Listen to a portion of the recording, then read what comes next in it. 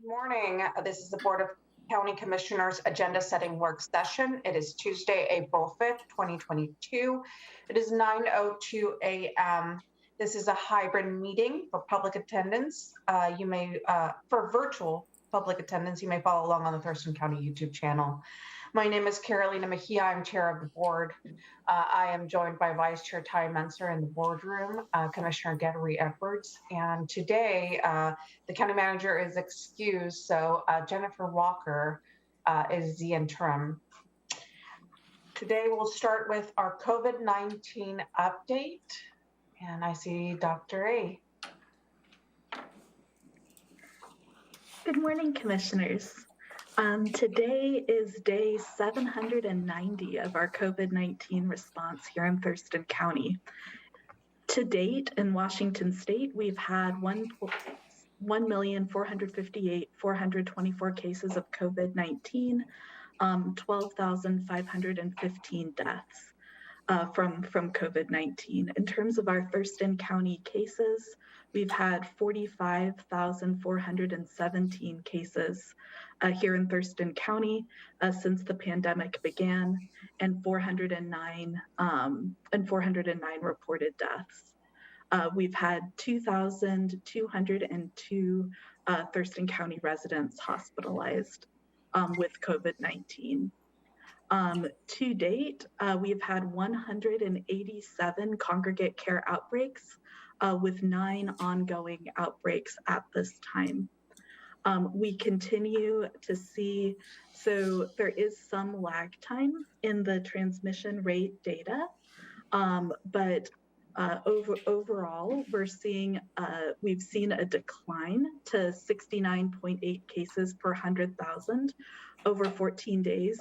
We're currently seeing a slight uptick in the county day to day in terms of the number of cases reported to us that we're working through. There have been there's been some delayed reporting and some of those pieces as well. We are continuing to watch this data closely to see if there are consistent trends in that regard. At this time, we have 14 individuals hospitalized in Thurston County who've tested positive for COVID-19 as well. In terms of vaccinations, there has been new guidance in terms of booster doses, with booster doses becoming available for individuals age 50 and up, as well as individuals 12 and up who have moderate to severe immunocompromise. Individuals who have received the J&J vaccine and a single booster, so that includes all adults, are also eligible for an additional booster dose. And this booster dose in all of these cases would come 4 months after the previous dose. I mentioned this just to lead into, in the past week, we have seen an uptick in vaccinations.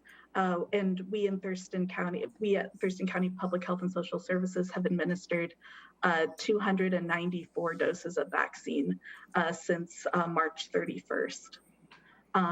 This is a dynamic time in the pandemic, and with that, I'm open to any questions you may have. Thank you so much, commissioners. Thank you. Questions, Commissioner Edwards? Yes, Doctor. On the hospitalization, we're a regional hospital here. So when somebody from Grays Harbor County dies in our hospital, our coroner has to deal with it. So are those the numbers inclusive of the regional residents that are here? Or do you have a mechanism in place that you're actually taking those numbers out of the total? So and I can definitely speak to the aggregate data that I report. So there's often a little bit of work that still has to be done when we're reporting on the numbers of folks who are actively in the hospital. But in terms of hospitalization rates and how they're counted, it's standardized by county of residence, and that includes deaths as well. And it's done the same way, across the state and across the country, just to make sure that there isn't double counting. Okay, thank you.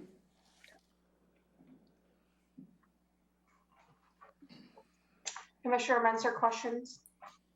Dr. Aid, last week you said that there was some information coming from the state regarding these boosters, and I know I talked someone else who was talking about the release of the actual doses from the federal government was dependent on some stuff from CDC. So I guess my question is, you just laid out eligibility. Does that mean anyone in those categories, say Johnson & Johnson or over 50, should just head on over to Thurston County right now? They're immediately available to have those boosters? Or is there something else we're waiting for? So at this point, there isn't anything else that we're waiting for at the county level. The standing order was updated. So actually, DOH and the Western States Pact had their approval last Wednesday. So we at Thurston County updated our standing order, and folks can sign up for booster doses at any available appointment. Great, thank you. I have no questions. Interim, do you have any questions? I do not, thank you, Chair. Okay. With that, thank you, Dr. A. We'll move on to homeless strategies. And I see Keely. Good morning, Commissioners. Keely Marino with Public Health and Social Services. I just have a very brief update today, and Tom Webster, our program manager, has joined me as well. So my update is around Ensign Road.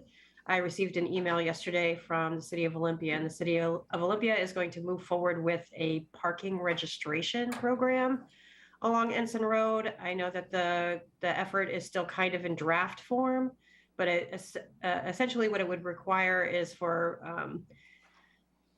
vehicles to meet certain kinds of criteria, or they would be moved, and residents would only be able to have one vehicle on the road at a time, parked along Ensign Road, and then they'd have to be registered with the City of Olympia and follow good neighbor guidelines. So there's just a new program kind of forming there on Ensign Road, all of it to lead towards who gets determined to go to Franz Anderson once that property is developed. This program looks like it's about to be, or will be implemented on May 1st of this year. Also, I noticed along Pattison Road and it was rumored that the Pattison and DeVoe were going to be swept on Monday. All of the vehicles that are alongside those roads where people are living inside of them. It appears, though, I did a drive-by, that half of Pattison was swept yesterday. I don't know what the plans are at this time for the remaining vehicles. I know that they intend to make room along Ensign Road for some of those vehicles to have some place to go, so they're not just sent out into the community. But I don't have more information on that at this time. I'll be meeting with Kim Conrad later on today to kind of get more information, but just thought I'd let you know that things are always changing along Ensign Road. And that's it for me. Thank you. Tom, go ahead. Yeah, good morning, Commissioners. Tom Webster. Wanted to provide an update on rent assistance and activities with live stories. So we have received 1,051 client files from Community Action Council for clients who are either in process or various stages of in process and completed an application. We have provided that information to Live Stories. Live Stories has started entering that data into their system, and we'll be contacting folks to complete and finalize applications as needed. We've also finalized a memorandum of understanding with the Dispute Resolution Center to share data with them. So they have provided names of approximately 200 clients who are working with Dispute Resolution Center, who also have who were previously referred to Community Action Council for rent assistance. So we'll be working with Live Stories to prioritize those folks with Dispute Resolution Center who had a 14-day pay or vacate notice to access their rent assistance. So that's a huge number of files. So we know there's a lot of interest and anxiety among the public. You know, we announced that Live Stories would start working through this on March 30th. They are not going to be able to serve 1,051 people kind of all at the same time. So we are reaching out and communicating to people that it will take some time, you know, several weeks for Live Stories to work through these applications. We're meeting with them tomorrow to talk about prioritization of those applications, prioritizing those who do have an eviction notice. So I know the patient is patience is wearing thin, but we are moving as quickly as possible to serve those applicants and get them a rent assistance as quickly as possible. So that's my update for today, and I'm happy to answer any questions. Thank you, Tom. And as a reminder for the commissioners, we do have an executive session next Wednesday. Okay, so we'll start with any questions for homeless strategies with Commissioner Edwards. I don't have any questions this morning for Kaylee on this issue, but on Tom, did we get those checks and bank file information that we were asking for? I did not check this morning, but I've had communication with CAC about that, but I do not believe so, but I'd have to confirm from this morning. If you could do that at some future point, please. Thank you. Yes. Commissioner Menser? The 200 clients that are working with DRC, can you flesh out for me what category that is? Those are folks that what? They're in dispute resolution with the landlord, with Live Stories about their application was denied, or who are those people? Sorry. So Dispute Resolution Center operates the eviction prevention pilot program through the state. And so these are people who have had a 14-day pay or vacate notice filed. So the Dispute Resolution Center is working with the landlord and the tenant.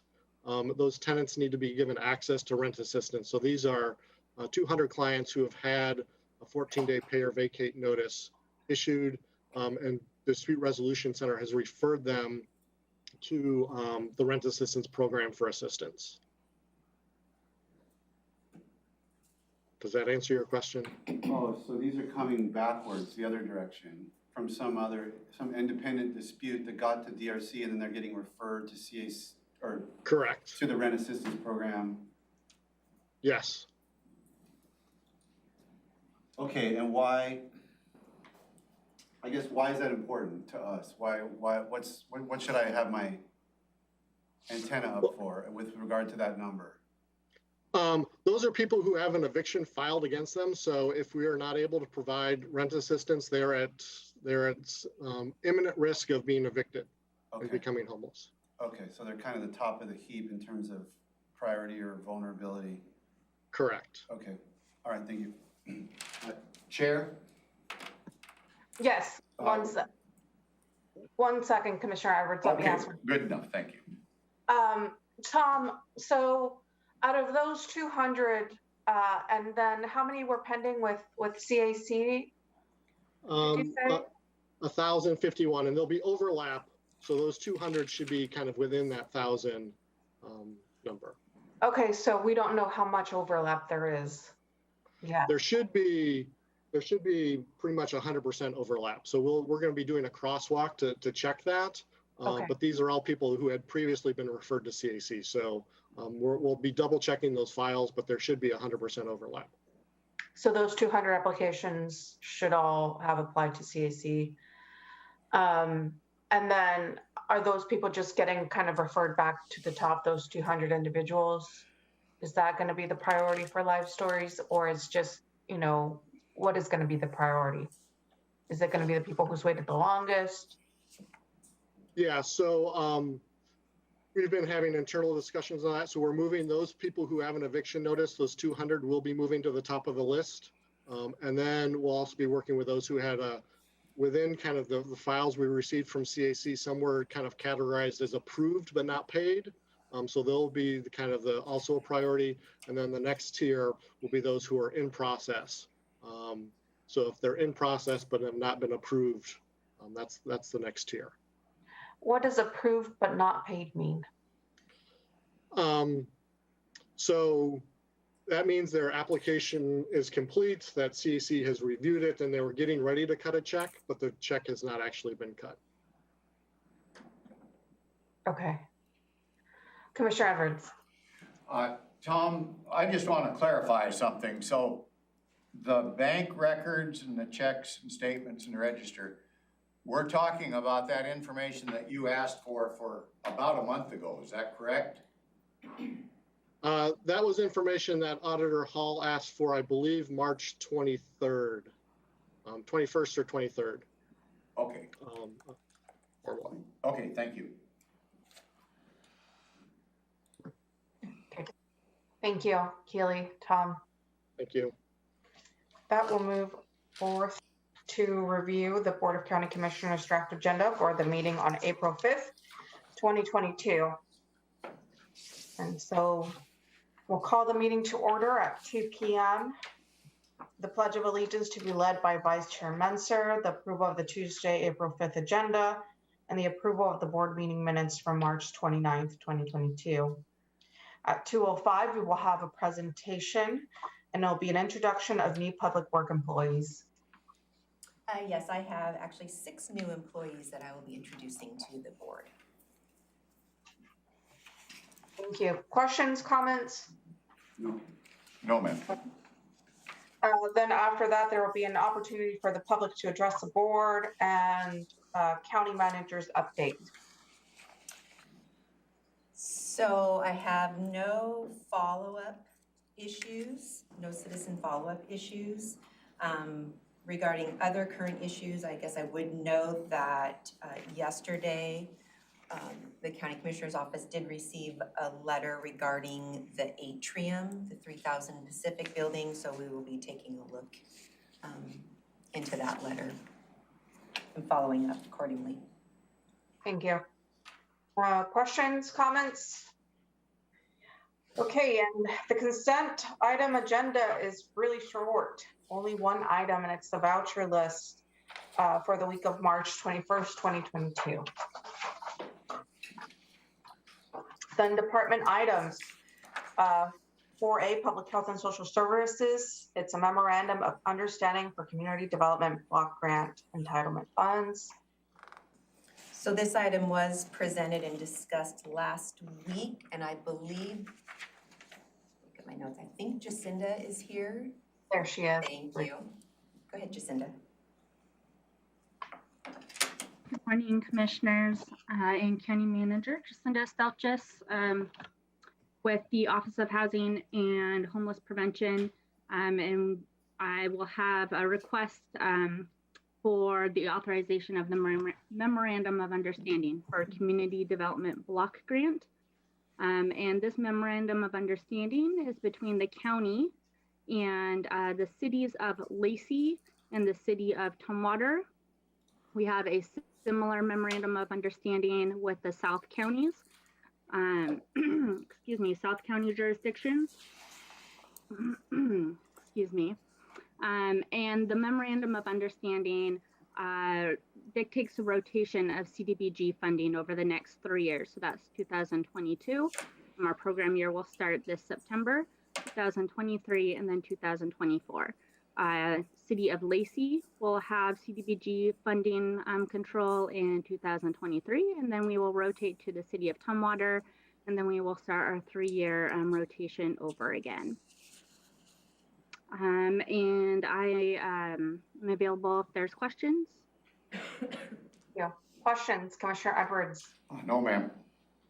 Commissioner Menser? No. Okay, and I don't have questions. Thank you, Jacinda.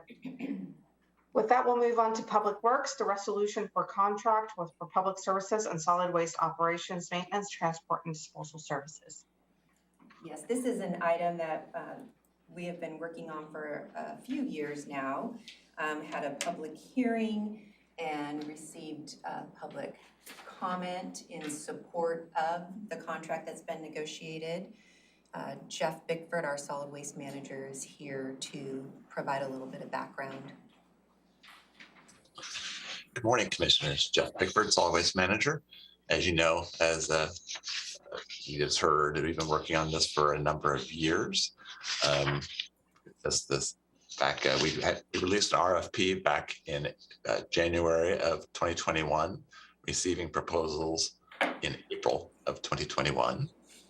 After scoring those proposals, we brought this to the Board of County Commissioners in June, where we received authorization to enter contract negotiations, which we engaged in with Republic Services from July through November and developed a draft contract.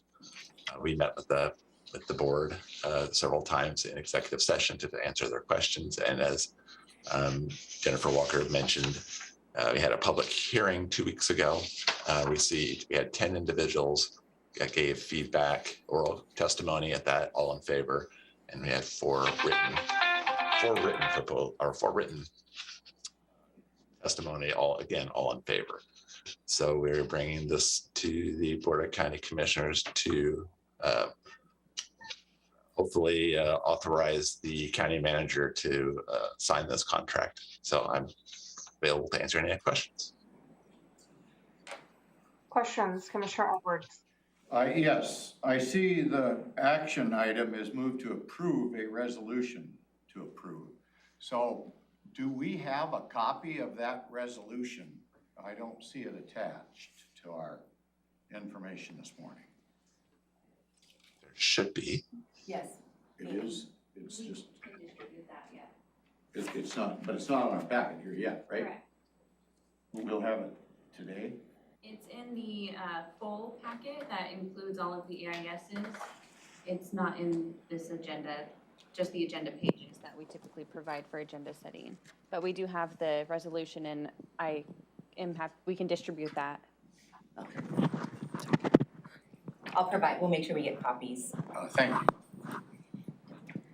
Questions, Commissioner Munzer? No, that's a good call, and I'd like to look that over maybe over the lunchtime. Okay. If we can Yes. do it right at the end of this meeting so that we have a chance. Thank you.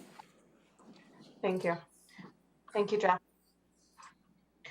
Okay, with that, we'll move on to our standing items. Commissioners will report on board work sessions and assign committee meetings. And then the county manager will review the Board of County Commissioners scheduled for the week of April 5th, and we will adjourn. At 3 p.m. or shortly thereafter, we will have 2 public hearings. The first one is from Public Works, and it's a public hearing for 2022 update of the Drainage Design and Erosion Control Manual. Yes, thank you. This is an item regarding the updating of that Drainage Design and Erosion Control Manual, some requirements, and then additional items included for the board to consider updating. And Shannon is here to provide some additional information. Hi, the public hearing this afternoon is to accept public comment on an ordinance amending Thurston County Code Section 15.05.010 regarding the adoption of the 2022 Drainage Design and Erosion Control Manual for Thurston County. And I can take any questions. And Shannon Peterson is our Water Resources Utility Planner in Public Works. Sorry, thank you. Questions, Commissioner Edwards? No questions, thank you. Commissioner Munzer? How deep are we going in the presentation of this item today? At the beginning of the public hearing. Yeah. Shannon, what's the length, what's the duration of the presentation at the beginning? About 10 minutes. I'm not providing a PowerPoint presentation. I'm just going to give an overview. Madam Chair, Go ahead, Commissioner Edwards. have we had any public comment that's come in on this? Not to date. Well, not today, yeah, okay, good, thank you. Thank you. You know, can you give us the date the board was, we did have a briefing, right, on this? Shannon, I believe we had 2 briefings or just 1? We had one informational briefing, You know the date? February 3rd. Mm-hmm. Okay, thank you, Shannon. Next, we'll have a public hearing for the repeal resolution 12083 and adopting a new resolution updating criteria for establishing or revising speed limits on county roads. Yes, this is an item that we briefed the board on regarding how speed limits are set and the criteria that is used. And Matt Unselman, our traffic engineer from Public Works, is here to. You're on mute, Matt. Of course, I'm the first one to do that today. Thank you, County Manager Walker. Yes, so I'm very complex, I'm not gonna lie. So this public hearing is to receive comment regarding some changes that we would like, staff is requesting to make to the process we use to evaluating speed limits. The process is all outlined in County Resolution 12083. The word repeal resolution 12083 is kind of a strong word. We're just requesting to make some minor changes to 12083. To date, we have received no public comment. And at the beginning of the briefing, we had a public briefing on this. I don't have the exact date, sorry, commissioners, but I believe it was last month. And I will be presenting that material in a much abbreviated format this afternoon. Questions, Commissioner Edwards? Just for clarification, we're adjusting or we're making some changes to a resolution and leaving it alone, or are we actually, is it just a technicality that we have to repeal it and put a new number on? It's the latter. Okay. And do we have a copy of that we're going to be studying at some point? Is it part of this packet? Yes, sir, you do. Okay, good enough. Thank you. The briefing was on January 19th. Thank you, County Manager. I remember this one pretty well. That's why I'm good on the date. But there's yeah, I don't have any other questions, Madam Chair. Thank you. Okay, thank you, Matt. Thank you. So we will have a full boardroom this afternoon. So commissioners, please be prepared. Okay. Next is the revised BoCC draft agenda for our meeting on April 12th, 2022. Call the meeting to order at 2 p.m. The Pledge of Allegiance to be led by Commissioner Edwards, approval of the Tuesday, April 12th, 2022 agenda, and then approval of the board meeting minutes from April 5th, 2022. There will be an opportunity for the public to address the board and then after county manager's update. We'll be revising consent items A through C. Item 3A from Public Works, Solid Waste Advisory Committee, amended bylaws approval. Yes, this is something that the board saw previously, I believe in December. They had some suggested changes. And so those changes were incorporated in, and we had a waiting period that needed to happen as a part of that process. And now we're bringing it back in front of the board. Jeff, do you have any more specific information you want to add to that? No, I think actually you covered that well. They at their most recent March meeting, they did pass a motion to bring this to the Board of County Commissioners for ultimate approval, and that's required as per Section 6 of the SWAC bylaws that the board approve their changes. Questions, Commissioner Edwards? Do we have a list of those changes? Yes, I believe we had a redlined version of the bylaws that were submitted as well as a clean version. So it would show up in the redlined version. Just a high level, Jeff, do you want to talk there's a couple of key points that were. Certainly. Some of the highlights as far as what the revisions that were made to the existing or the previous set of bylaws include, it clarified the length of time that a member can serve as either the chair or the vice chair, and that's setting that at 2 years. It clarified how vacant positions are filled. That was one of the key pieces that the board added into that. It clarified when the election of officers occurs. It added a section regarding subcommittees, which didn't exist previously, as well as added a statement regarding members serving without compensation, which also did not exist in there previously. Updated the meeting agenda, added a severability clause, and reduced the lead time needed for notification of intent to amend the bylaws from 30 days to 15 days. And those were really the highlights. It was mostly procedural and just clerical in nature. Essentially, that was basically what was changed.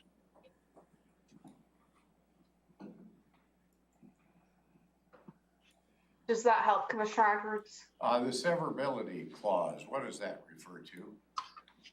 But basically, and that shows up in many contracts, what it says is if any particular section is found not to be legal or legal, that all the rest of the contract or bylaws in this case still apply. So if there's any particular part that's found to be not good, that everything else still is valid. So that's very common in contracts and other sorts of things such as this, and bylaws as well.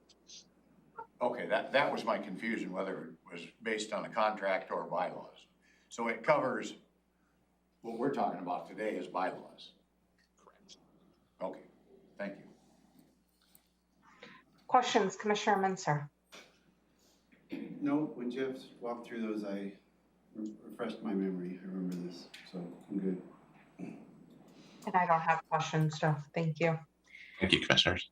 Next is item 3B from Central Services, and it's a resolution reclassifying position 25R01436. So this is a vacant position that Central Services has to reclassify into a crew chief, I think to better meet their business needs. And it looks like Bruce is here to provide a little additional information. Bruce Rowe, Fleet Services Manager. Fleet Services currently uses a structure of a shop lead for the heavy shop and the light shop. This is a 5% pay increase over a standard vehicle technician. Proposal is to eliminate these two lead positions and bring and replace or reclassify a vehicle vacant technician position as a crew chief. The cost would be neutral because the two 5% premium pays would be eliminated, and a 10%, or roughly a 10% salary increase for a crew chief over a vehicle technician. Anticipate that total labor hours available for vehicle work will remain the same. The advantage of this move is to align supervisory responsibilities and maintenance scheduling. Right now, those two functions are separate. Are there any questions? Thank you, Bruce. Questions, Commissioner Edwards? Is this a new FTE position? No, this is a reclass. So we won't have a new FTE at all. We're bumping somebody up to give them more responsibilities and more pay. Correct. And this is not going to affect general fund? It will not. Okay, thank you. Commissioner Mensah? No questions. I don't have questions either. Thank you, Bruce. Next, it's the auditor voucher list for the week of March 28th, and I'm guessing the number will be there hopefully once we receive that. Department items, starting with Central Services, item 4A, large vehicle surplus service contract. So I see Bruce came back on. I know that there's a program in place to take equipment that has been surplused and to sell that. So we're recouping some of those costs. Bruce, do you want to talk a little bit more about that? Certainly. Thurston County currently uses 2 primary auction venues to dispose of surplus equipment. Currently use the services provided through the state for the surplus of our light vehicles.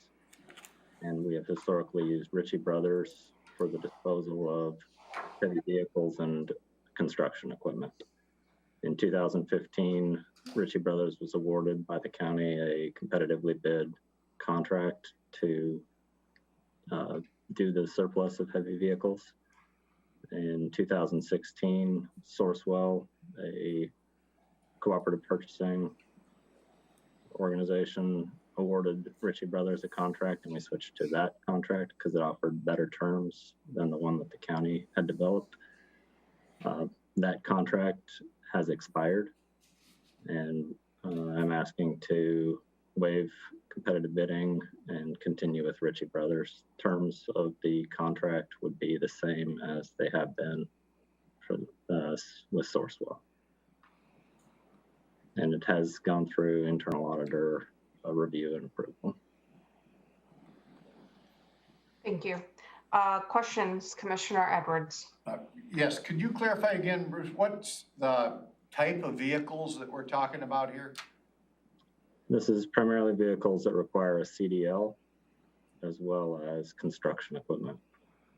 So loaders, graders, backhoes, bulldozers, things of that nature. Okay, and then for rolling stock, vehicle, trucks, cars, that kind of thing, still going to go through the state surplus auction? Generally, for vehicles 26,500 pounds and below would go through the estate, and greater than that would go through Ritchie Brothers. I didn't get that. Vehicles that are 26,500 pounds less, those go through the state. More than that, they'll go through this contract. Yeah. Okay, good. Thank you. Questions, Commissioner Menser? No. I don't have questions either. Thank you, Bruce. Thank you. Okay, with that, we'll go on to Commissioner's items. Item 5A, ARPA Program Evaluation Study. This is an item to have the Thurston Economic Development Council conduct a program evaluation study of the programs and projects that were funded through ARPA and local fiscal recovery funds. I know Jenica is here to talk a little bit more about it. It's a requirement to have an assessment done, and it's really to assess what's the impact that that funding has made in the community. So with that, Jenica? Yeah, thank you very, very much. So a little more, the contract amendment, as Jennifer had mentioned, is with the EDC and would conduct a $589,000 program evaluation study of programs provided by the partners of the Thurston Strong Partnership. The study spans 3 years, and it will be an evaluation study to determine program outcomes of 8 ARPA-funded programs. We collapsed the United Way programs into one, so you might see a bit difference in that counting than what may be in your packet. The analysis will occur in 3 phases, including the initial programmatic stimulus impact evaluation, the evaluation of individual outcomes for those served in the programs, and the estimation of impact through public sector intervention over the long term. And also, as Jennifer had mentioned, the program evaluation study is a requirement under ARPA funding guidelines. The amendment essentially expands the scope of the initial subaward and layers on the program evaluation component as an extension of the reporting requirements. And the study is evaluating the impact of the funds and is not an evaluation of the quality of the program implementation by our partners or their process. So the EDC is not evaluating the quality of their work. They're evaluating the impact that the funds had in the community. And as I mentioned, it spans 3 years, 8 programs. It's a very time-intensive evaluation and requires a very specific skill set. The study is a reimbursement based, like the rest of the contract, and so we'll be paying actuals on the study. The amendment was reviewed by both Robin and Brandon, and I can take any questions if you have any. Questions, Commissioner Edwards? And this is coming out of the American Rescue Plan funding? Yes, it is. Thank you. Questions, Commissioner Munster? Yes, so this type of study is a requirement, but what are the side rails of that? I mean, is it, say, the scope of this, 8 programs, 3 years, is that required? I mean, what exactly is required, and what are we choosing to do based on the flexibility that we have? So the program evaluation component is a requirement that we're able to show what the outcomes are of the programs that we funded. And so the 3-year timeframe it will take extended periods of time to be able to see the impact that the funds have in the community. Like, we would not be able to do the same type of evaluation in year 1 that we are able to do in year 3. And so that's why we see the breakup into 3 different phases, because we'll be able to collect different types of data at different time points. And 589,000, that sounds like 1% or something. Is that spelled out in the requirement? You need to spend 1% of this money on program evaluation, or where did that number come from? That number was provided by the EDC as they worked through what would be required to conduct the study. And so staff time is a very large component. It is very time intensive. They'd be reaching out to everybody who received a grant through the United Way program, all of the different Thurston Strong programs. And so it's very staff time intensive. So it doesn't sound like the law requires us to spend this particular amount. That's just what the EDC is proposing. That was the number that was provided to be able to perform this scope of evaluation. And then in terms of who's providing that service, I know the EDC is our designated development organization. Is that who's supposed to do it, or is this something that we're just choosing them because they've got the, they're knee deep in the programs, or is this I mean, are they the only ones that could do work like this, or are we waiving a bidding process, or how are we handling, how do we land on them as the right entity?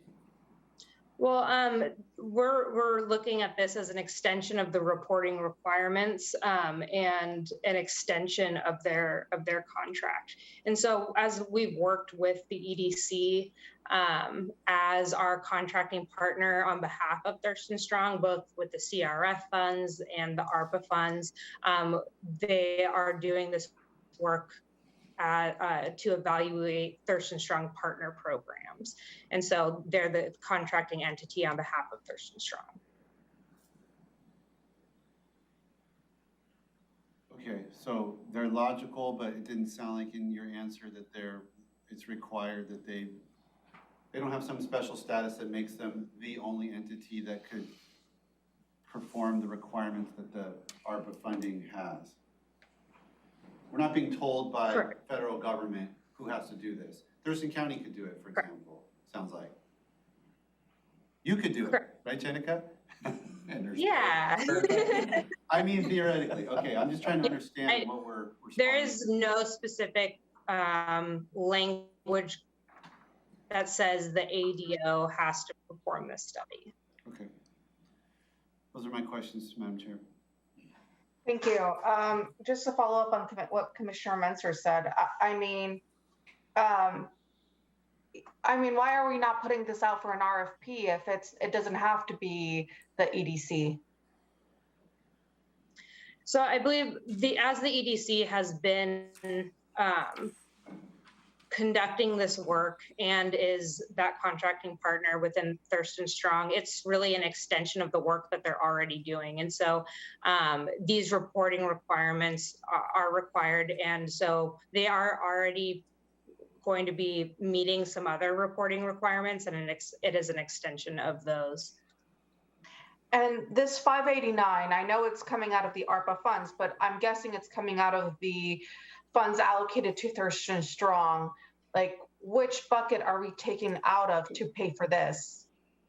I would have to defer to Robin when she's back to say exactly where those funds were pulled from. It's not coming from the 7.7 that is already contracted with them. Robin has worked to put together that 500,000. Because, okay, so if it's not coming from the 7.7 that got allocated, I mean, we've been under the impression that, you know, every time that there's been a request for ARPA funds, the pushback that's been given to us is, well, if it's not, you know, which bucket do you want to take away from? Because basically all the 58 million we have already been allocated. So I would like to see those figures on what are we taking away from to pay for this if it's not being taken out of the Thurston Strong 7.7 million that we allocated to them. I can ask Robin to include that information for next week.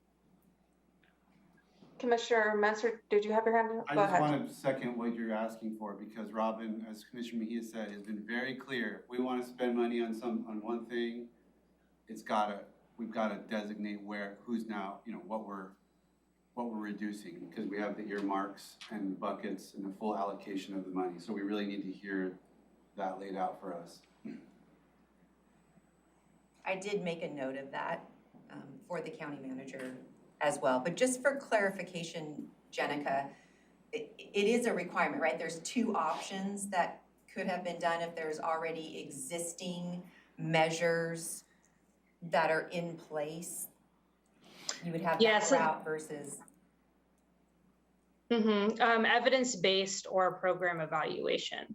And so evidence-based is a very, very specific list and definition of what that looks like. For example, like Nurse Family Partnership is an evidence-based program. And so our grant programs, those were for economic harm to small businesses. Those don't have the same precedent and previous study as a program like Nurse Family Partnership would have. Okay, thank you, Jenica. Thank you. What, you're back for the next item. So just go ahead and stay. Item 5B for the commissioners is interlocal agreement for regional electrification cost assessment. And I will turn this right over to Jenica. All right, thank you. So the purpose of this interlocal agreement is conduct a regionally coordinated building electrification cost assessment to support the implementation of the Thurston climate mitigation as one of the most important strategies to achieve substantial reductions in local greenhouse gas emissions. The assessment will evaluate the financial implications associated with constructing new homes, businesses, and mixed-use establishments that integrate electric infrastructure. In this ILA, Thurston County is identified to pay Olympia $7,619 upon delivery of the final analysis results. Thank you. Questions? Commissioner Messer, did you have any additional? I thought I could help give a little context, because this is something I asked you guys about. This came from the Climate Steering Committee. At first Lacey wasn't going to participate, but now they are. So the cost is, I think you guys authorized $10,000 because we thought we were splitting a $30,000 cost 3 ways. But Lacey did come on board, so now that's why the dollar amount's a little lower, because now it's going to be split 4 ways. And so this is just, it took a while for this to actually get, you know, before the board, but this is something we talked about probably 3 months ago, I want to say. And the goal is to before we make any policy moves in this direction, we want complete information about how the burdens of this, who it falls on whose shoulders and how to mitigate that, and it's sort of laying the groundwork for thoughtful policy decisions down the road. But it's kind of predicate information that everybody felt would be beneficial. So just to remind you guys, we talked about this a few months ago, just taking a while to get here.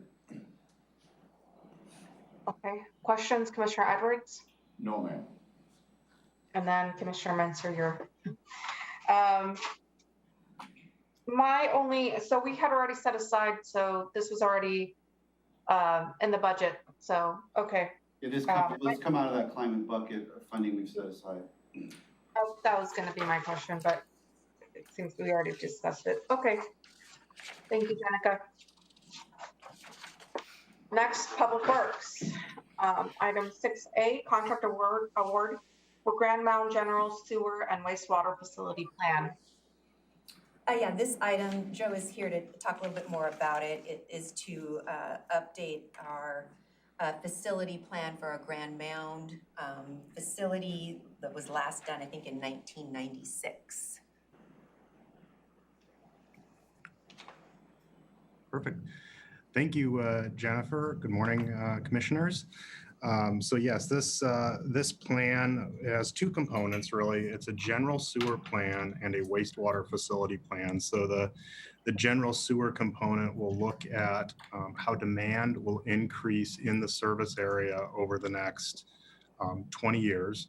And then the facility component looks at how do we upgrade our wastewater treatment infrastructure, our wastewater treatment plant to have sufficient capacity to meet that growing demand.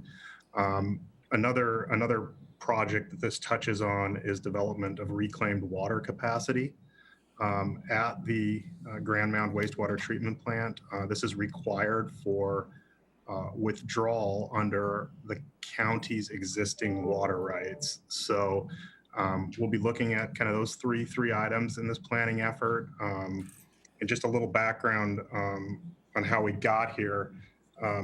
Once a wastewater facility reaches 85% of its capacity, which we have at Grand Mound, there's a requirement to complete a plan. This is an ecology requirement plan for maintaining adequate capacity. This planning effort would satisfy that requirement. With that, I'm happy to answer any questions. Questions, Commissioner Edwards? Yes, was there a bid process involved in this selection? Yes, Commissioner. We went out for RFP back in November, and then we received statements of qualifications in December, and then scored proposals and made our selection in January of this year. And how many bidders were there? We only had one SOQ submitted. Is that? SOQ is statement of qualifications. Yeah. And is that pretty common on this kind of a deal because it's a specialized activity, or? It depends. I mean, in all honesty, I'm used to seeing a bit more than that, but it's not uncommon to see one. Okay, thank you. Commissioner Menster, questions?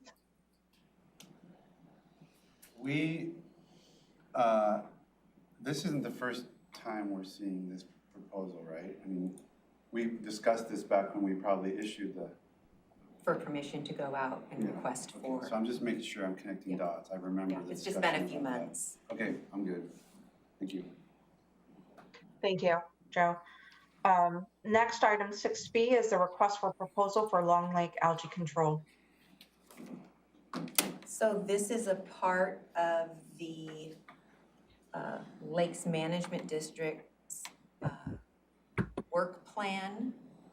And Paula is here to talk a little bit more about it, but it is a request to go out for proposals for addressing algae blooms in the lake. Good morning, Commissioners. Paula Cracknell, Aquatic Resource Specialist at Thurston County Public Works. I'm here today to ask for your approval for releasing a request for proposals to continue the phosphorus mitigation work that we have been conducting on Long Lake here in Thurston County. And last year in 2021, we did a large-scale phosphorus mitigation treatment and had great results. And we still have more work to do this year in 2022 to continue those efforts to have the lake be more neutralized for the phosphorus levels to prevent harmful algal blooms from occurring. This has come from a response from the Lake Management District Committee. In 2020, there was a large-scale algal bloom, which had very high toxin levels of microcystin toxins. And so we are in the process of creating this development plan to mitigate the phosphorus for long-term lasting effects for relief for the residents on the lake.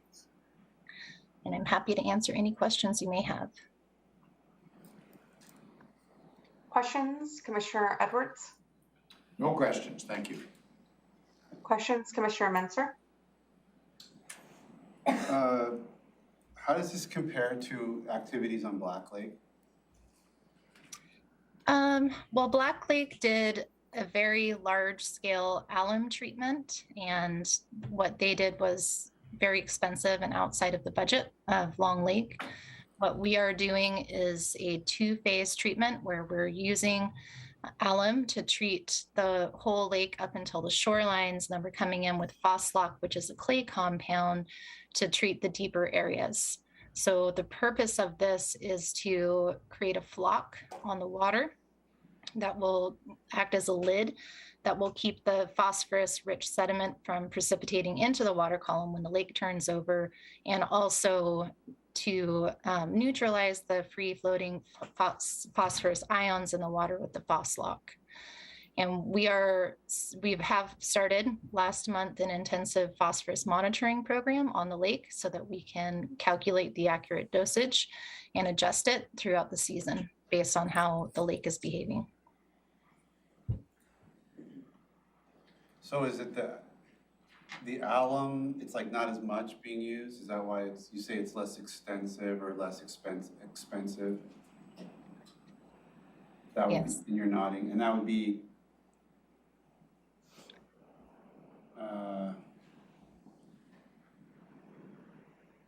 Phoslock, is that something that, so Black Lake doesn't need to use that because they're using more alum, or? From what I understand, from what Black Lake did, and they are not a county managed lake management district, so I don't have a role in the treatment plans that happen there. Yep. But from what they did was a more extensive high dosage alum treatment. And that's the only thing that I understand that they've used. The Phoslock is a newer compound, which is great. It's a really fantastic product because it works throughout the water column and not just as a lid on the bottom. So it can provide more long-lasting results in the deeper areas of the lake.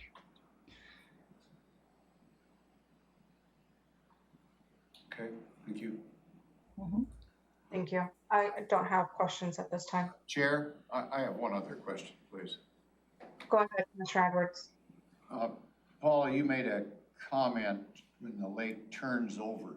Is that the same as a algae bloom? Is that what you're referring to? No, lakes are really complex and fascinating systems. They are usually very self-cleaning, and they have a phenomenon called a thermocline, which happens during the summer months. So the water on the bottom of the lake, it has kind of a lid of warmer water on top, and it's a thick lid and the waters don't interact. So a good way to think about this is oil in a bottle of water. The water and the oil don't mix, and that's the way a lake is during the summer. And then when the temperatures start to fall and winds pick up, the water starts to become more homogeneous and it mixes up. And when that happens, it's typically about August. And that's when we have a lot of algal blooms throughout Thurston County because the water on the bottom is very rich in nutrients. So that's what the lake turnover is. And what we're planning on doing on Long Lake is to monitor the phosphorus levels all throughout the season to see if we need to go back in August and have another phosphate treatment added to the water. Thank you. Mm-hmm. Thank you, Paula. Next, item 6C, right-of-way vacation on portion of 70th Avenue Northeast. So this is an item that has gone through the hearing examiner. It was a request to do a vacation on a portion of 70th Avenue Northeast. Kelly Root, I think, is filling in for Craig to provide additional information. Good morning, commissioners. Good morning, Jennifer. Yeah, this is a road vacation request. It has gone through the hearing examiner, and the hearing examiner does recommend approval.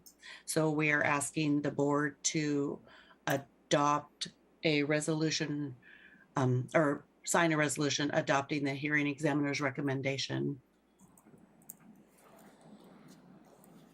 Do you have any questions? Questions, Commissioner Edwards? Is this something we've been working on, or is this a new something? This is a new something. This is the first step. It's been through the hearing examiner. And so the first step is for the board to review it and determine whether or not to adopt the hearing examiner's recommendation. And then there would be a follow-up. If you adopt the hearing examiner's recommendation, then there are criteria that must be met as outlined in the resolution. And once those items are complete, then another resolution would come to the board for the actual vacation. So this is like step one for the board. And what's the date of the plat on this development? Boston Harbor was 1907 is when this right of way was dedicated. Thank you. That just, I mean, it's been hanging fire for a long time. And these are kind of ongoing changes. I don't want the public to think that we're doing something new. This is kind of a work in progress, you might say. Right. Okay. Thank you. Commissioner Menser, questions? So what's the issue exactly? We don't need, it's just something that's on the books that we don't need or never use. Is that the idea? Correct. And there is right of way adjacent to this that has already been vacated. It's in an area that is a very short strip between the two main roads. So the county will never go in and open that. And because there is already previously vacated right of way, the opportunity to open the road fully has already expired. Can I ask about, I guess, the public involvement in this process, and was there any? Yes, Commissioner. It went to a public hearing. And so the property, as part of that, the property is posted with a sign advertising the public hearing. And there actually was quite a bit of involvement with the public hearing from the neighbors. So, and they did come in and express some concerns that they have. Primarily, though, the concerns that were expressed would be items that would be covered during the actual development of the property and not as part of the road vacation. Their concerns really were more about the development and not the vacation. Okay.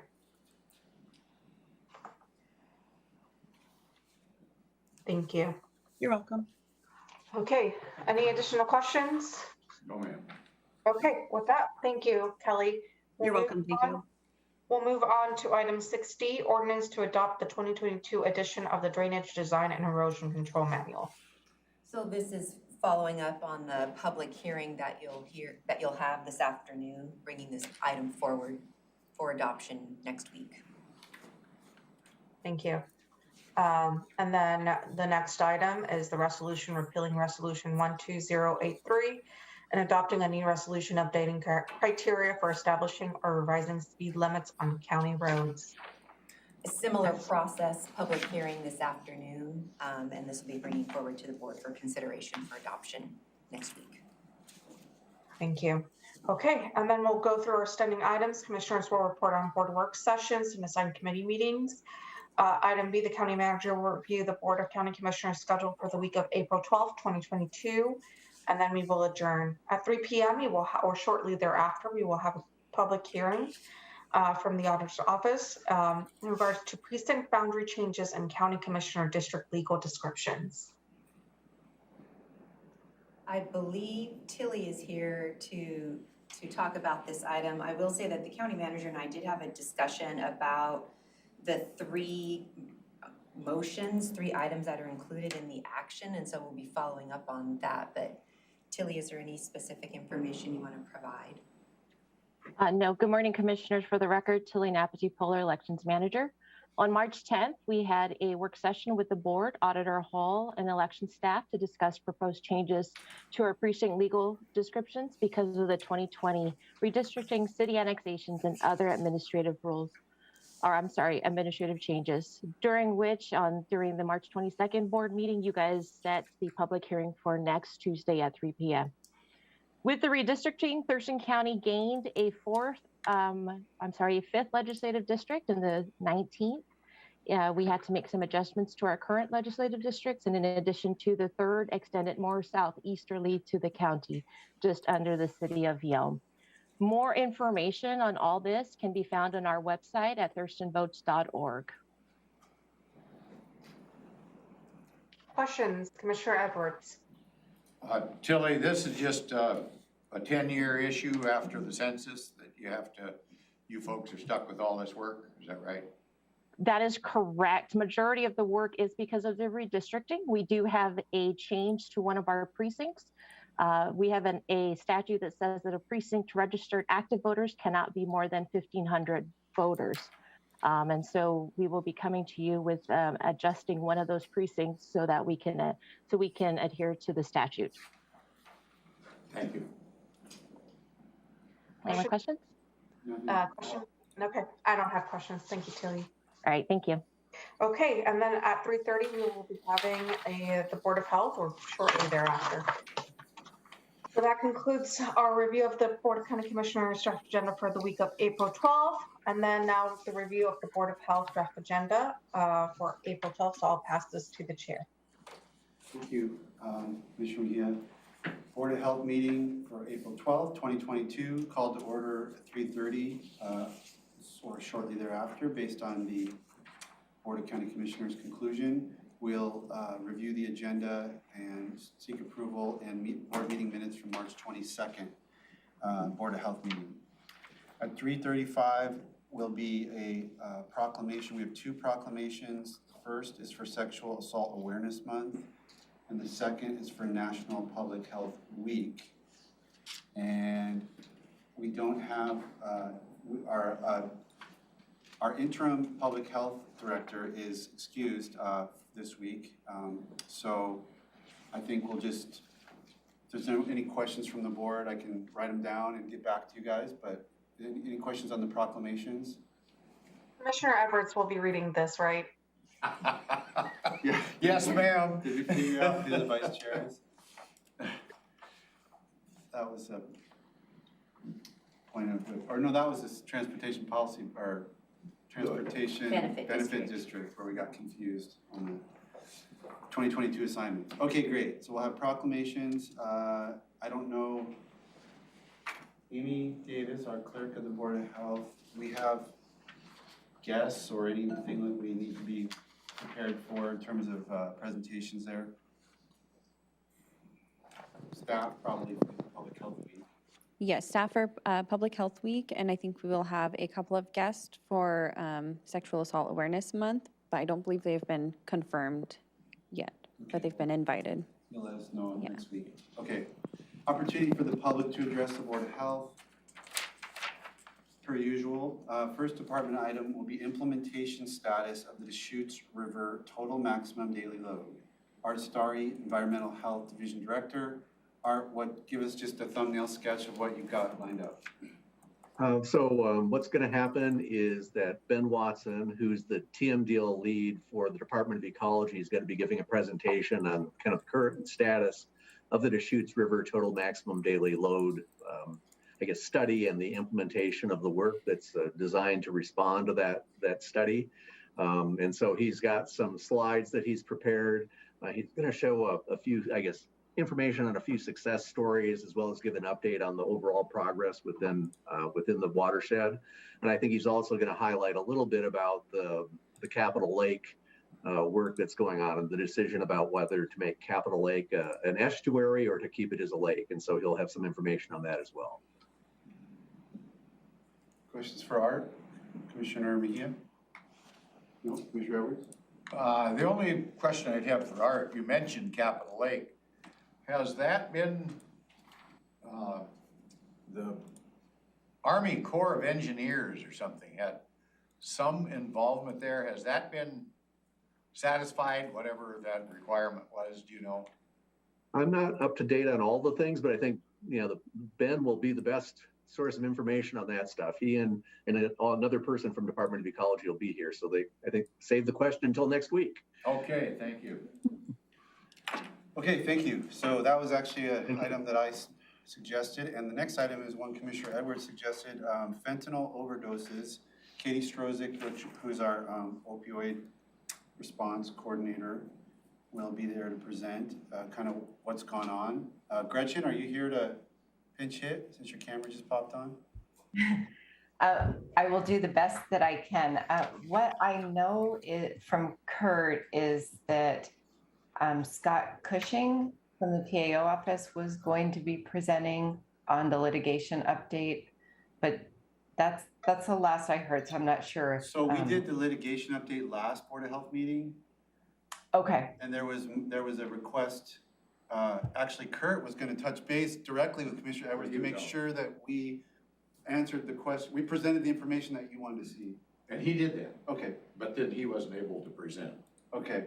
So I guess that's what's coming, I guess. Yeah, well, maybe we'll just talk about this next week, but I think that it's looking at kind of trends and data regarding overdoses and how it's affected Thurston County in various ways through our opioid response, our coroner's office, law enforcement, all kind of different aspects of that. But well, without Kurt, maybe we'll have to defer discussion for next week. And I'll circle back with Katie on that. Thank you. Thank you. Okay. Those are the two big department items. We'll have Board of Health-related activities and accomplishments, Health Officer report, Director report. We'll have Dr. Abdulmalik, obviously, and our Interim Director, Kurt Harden. So, any questions on the agenda, Commissioner Mejia? Nope. No questions. Okay, very good. Back to you.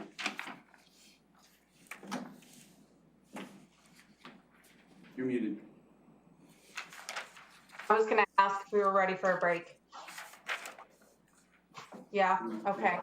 So with that, it's 10:14, we'll take a 15-minute break. Come back at 10:30. All right. Okay.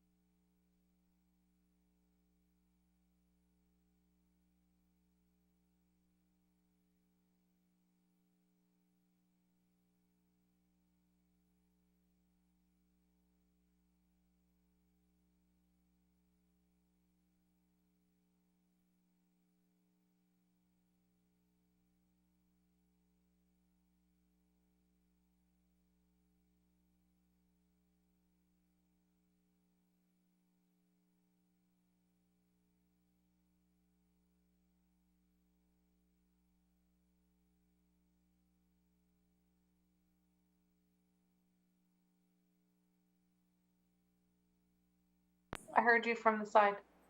You're live. Okay. And we are back. It is 10:33 a.m. and we left off with the proclamation and awards. Good morning, Amy Davis, Clerk of the Board. There are no proclamations for review. Thank you. Okay. With that, we'll move on to advisory boards and commissions. I will bypass the applications that continue to be included. The only new application was received from Larry Stamp for the Fair Board. Mr. Stamp would be a new appointment and would sit as a District 1 member at large. So this is here for your review, and we can circle back next week unless you have questions now. I'm happy to take those.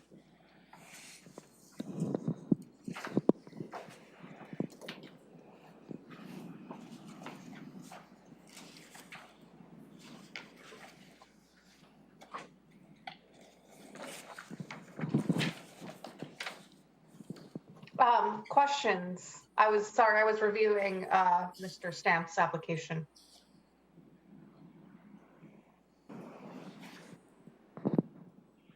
Did we get done with Dr. Fay's appointment, or that was set aside for until it expires like in July or something? Correct. Yes. Okay.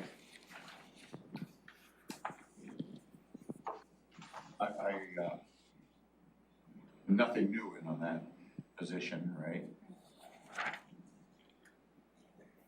I would like to say her knowledge on that particular board is quite beneficial. So, Sounds good to me. Yeah, no, sounds good to me. Questions, Commissioner Mentor? No questions. And then I just read through Mr. Stamp's application, and there's so many openings in the Fair Board. You know, I wouldn't have a problem, but with that, Probably should move on that because there's obviously the fair event coming, and I'm sure they can use the extra manpower and brain power as they plan for this summer's fair. yeah. We can include Mr. Stamp's appointment this afternoon if you'd like. So, yeah. Okay, then I'm Thank you. good with that. Yeah. That will take care of one of the many open positions we have with the Fair Board, so that's exciting. Okay, so with that, we'll move on to PIO check-in. Good morning, Commissioners. Megan Porter, Public Information Supervisor. Just to follow up with the Fair Board vacancies, we are going to be posting on social media today about the vacancies and trying to get some people to apply that way as well. So we are following up on that. I want to take this time to introduce our new Public Information Specialist, Artyom Proteus. He's going to be dedicating his time to the website redesign project. He started on Friday, so we're super excited to have him on board. He is in person in here right now. I don't know if you want him to come up and say hello really quickly. Is that okay if I invite him up to do that? Sure. Yes.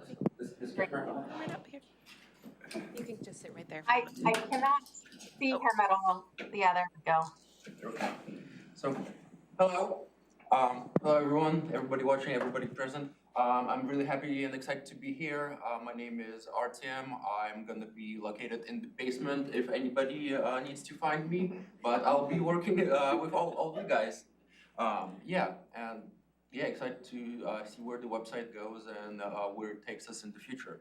It's definitely a big step for the county and the county community as a whole, I feel like. It will definitely open a lot of doors for everybody involved. Okay, questions, comments, Commissioner Edwards? Yes. So you're going to make me proficient in computers and such too? Well, maybe, yeah. I will do my best. Okay, I'd like to point out that it is, I had a discussion with Art earlier, and Art said he does go by Art, so Sometimes, yeah. that makes a little easier, I guess. We won't get our two Arts mixed up, I guess. And welcome aboard. And it's his birthday today, so happy birthday. Happy And birthday. thank you for bringing in the donuts. Of course. Yeah, and I Okay. have more. Thank you very much. Yeah. Well, thank you, everyone. Yeah, nice to meet you. Nice to meet you, yes. And pending Okay. any questions, that's what I have this morning. Megan. Okay, we'll move on to legislative update. Do we have anything? No update. The final report was provided last Tuesday by the county manager. So with that, we'll go on to the briefing public hearing decisions pending. Racial Equity Council membership selection. So Nicole Miller is here to. I'm sorry, Nicole, do you mind sitting on the other side? Oh, no, not at all. Megan is adjusting that, right? Okay. Okay. No, you're totally fine. I want to be able to see everybody. I don't know if this is my best side. Just kidding. Is that better? Yes, thank you. Righty. So Nicole Miller, Racial Equity Program Manager. Good morning, Commissioners, County Manager. Thank you for having me this morning. This is a follow-up that we had some questions from on the 23rd when I presented. And so one of the things I wanted to let everyone know is you were correct. The numbers have increased in terms of old census data. We were using OFM data that said previously that 25% of Thurston County residents identified as Black, Indigenous, or people of color. And with the new census data, it's now 29%. Yep, so that is new information. So almost, a third of our county residents, if I'm doing my math correctly. So that's one follow-up that you had information about or asked for information about. And then the other thing that we had talked about that we needed an update on was our geographical equity decision around council membership. And so Romero and I met and came up with 3 options for you all to consider today in terms of making the membership for the Racial Equity Council equitable to our county members. And so one of the first thing that we talked about, number 1, is establishing a percentage or a set number of slots on the council for unincorporated Thurston County. If you all recall, the initial council is going to be 7 members, and that will grow to 15 over the course of the next 3 years. So we have a little bit of, we can play with those numbers just a little bit, but it is a total of 15, starting initially with 7. So one option is to establish a percentage or a number of that initial 7 or the 15. You could also, if you wanted to, you could say that the initial 7 founding members of this Racial Equity Council needed to be from unincorporated Thurston County, if you wanted to do that. So either a percentage or all 7 of the founding members. That's the first option. The second option is for us to do a weighted scoring process. When all the applicants come in, we're gonna have a selection committee or a review committee, that's also in the resolution, that will be establishing a rubric to score the members, and so we could have a weighted score. If you have to live or work in Thurston County anyway to apply or to be a member of the council, and so we could add a score of 4 or 6 or any number to anyone who was applying from unincorporated Thurston County. So that would be another way. That would be option 2, is to weight the applications that way in the scoring rubric. And then the third option for you to consider is to require that all members of the council, whether that be the 7 founding members or the total of 15, be members or live or work in unincorporated Thurston County. Madam Chair. Go ahead, Commissioner Edwards. Are we gonna discuss those points now? Can we? Yeah. Yes, sir. Go ahead. Who gets to go first? Okay. Do the other jurisdictions have like committees? Racial equity committees? Mm-hmm. Yes. The City of Olympia has an equity commission that they're standing up, has I would say it has a different focus and different purpose than the intent of our equity committee, I think. And the city of Lacey also has an equity commission. And Tumwater, yes, no, Tumwater does not. not yet. Are they talking about it or? I don't know, but I don't know. I guess from my perspective, I would like to see members from unincorporated Thurston County. And then if we're gonna go to 7, I mean, if we build up to 15, and for an example, if Tumwater doesn't have something within a year or something like that, maybe then open it up. But that's just my preference, I guess, is we do represent the whole county in many things, but being they've already got some representation already headed their way, I'd like to see us start out with Thurston County residents. So the initial 7 founding members? Yes.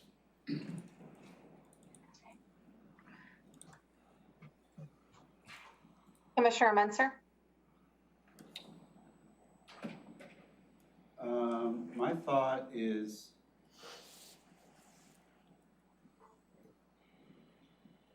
that it'd be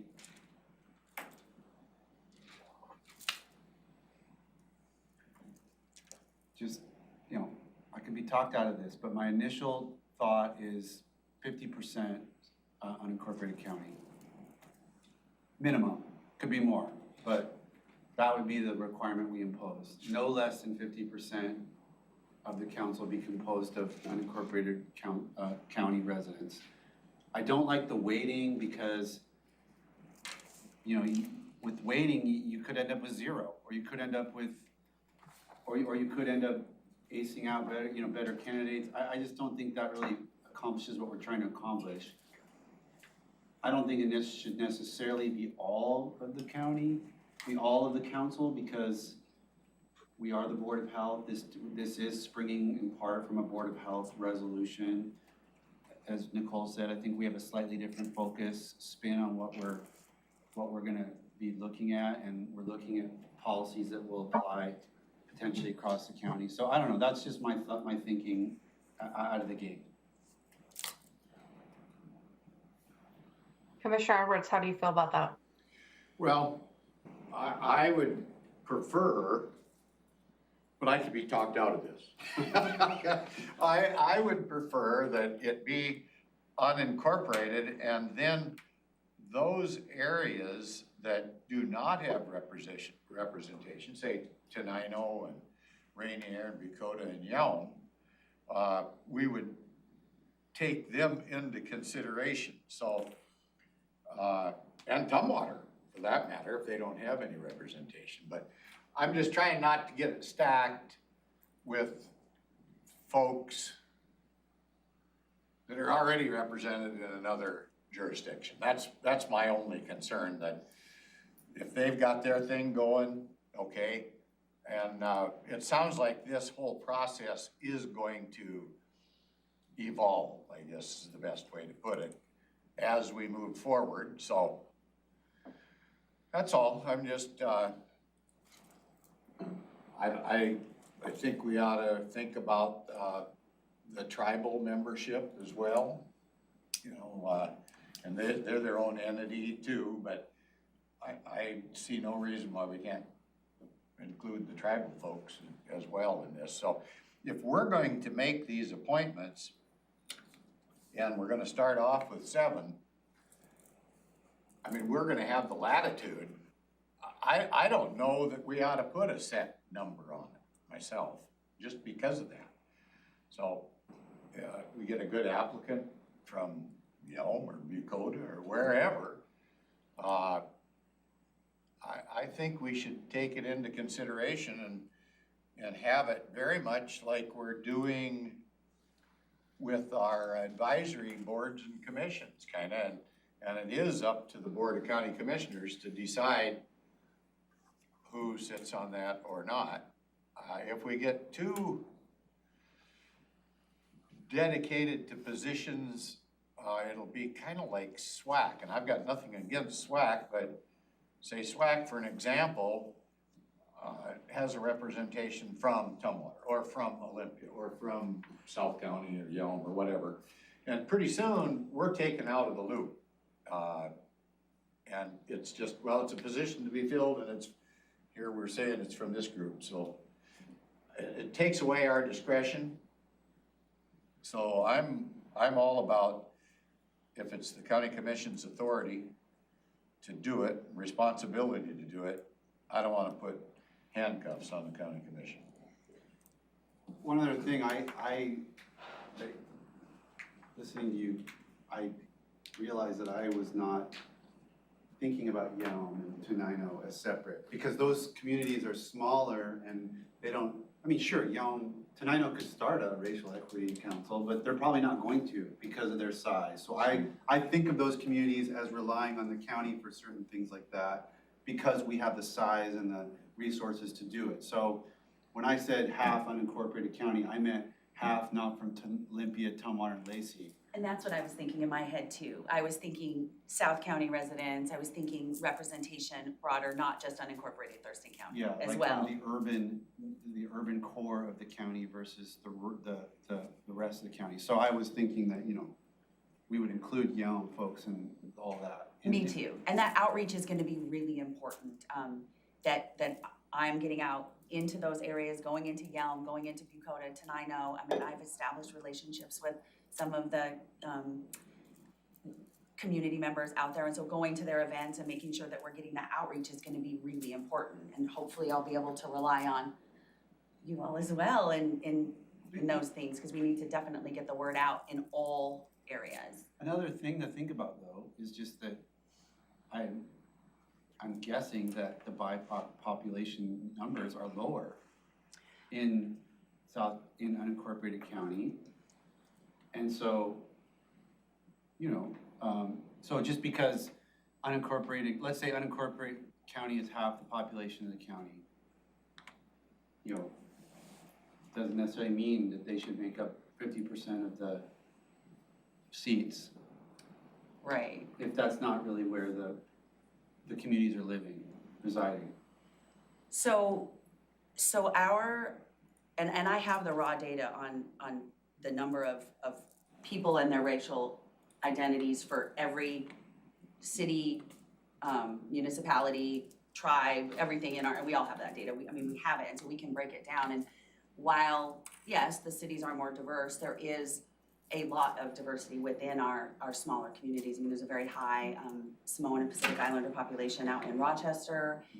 So really doing targeted outreach to get representation from our more rural areas is gonna be really important.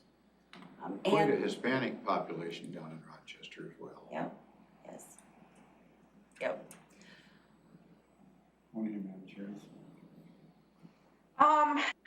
I've been thinking about this and just listening to the conversation, and kind of where I am at, you know, I don't feel specifically about one way or another, but kind of want to see, I apologize, I realized my head was really low. I would like to kind of see the pool of applicants, right, too, and who does apply. Is it going to be from, are we just going to have all these amazing applicants from, you know, South County and unincorporated Thurston, or not as many applicants? So I think outreach is going to have a large part of it, Nicole. I agree with you on that. So basically, I don't feel a specific way on the percentages. As I've been listening to the conversation, I'm okay with 50% or however. I would like to include just the Tumwater area, just because since they do not have something, and I haven't heard conversations of Tumwater starting their racial equity council or anything like that, but I might be wrong on that.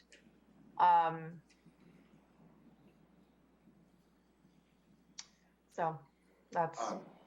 Madam Chair, Go ahead, Roberts. you say you do have that rough breakdown. Yes, Uh, very, yeah. It's very I specific. kind of see the urban growth areas as very similar to the municipality that they surround. Mhm. I mean, it's still unincorporated Thurston County, but I guess I would be kind of curious. I can't think of a particular district in Olympia that's really got the condensed minority population that I could point to, say, in Rochester.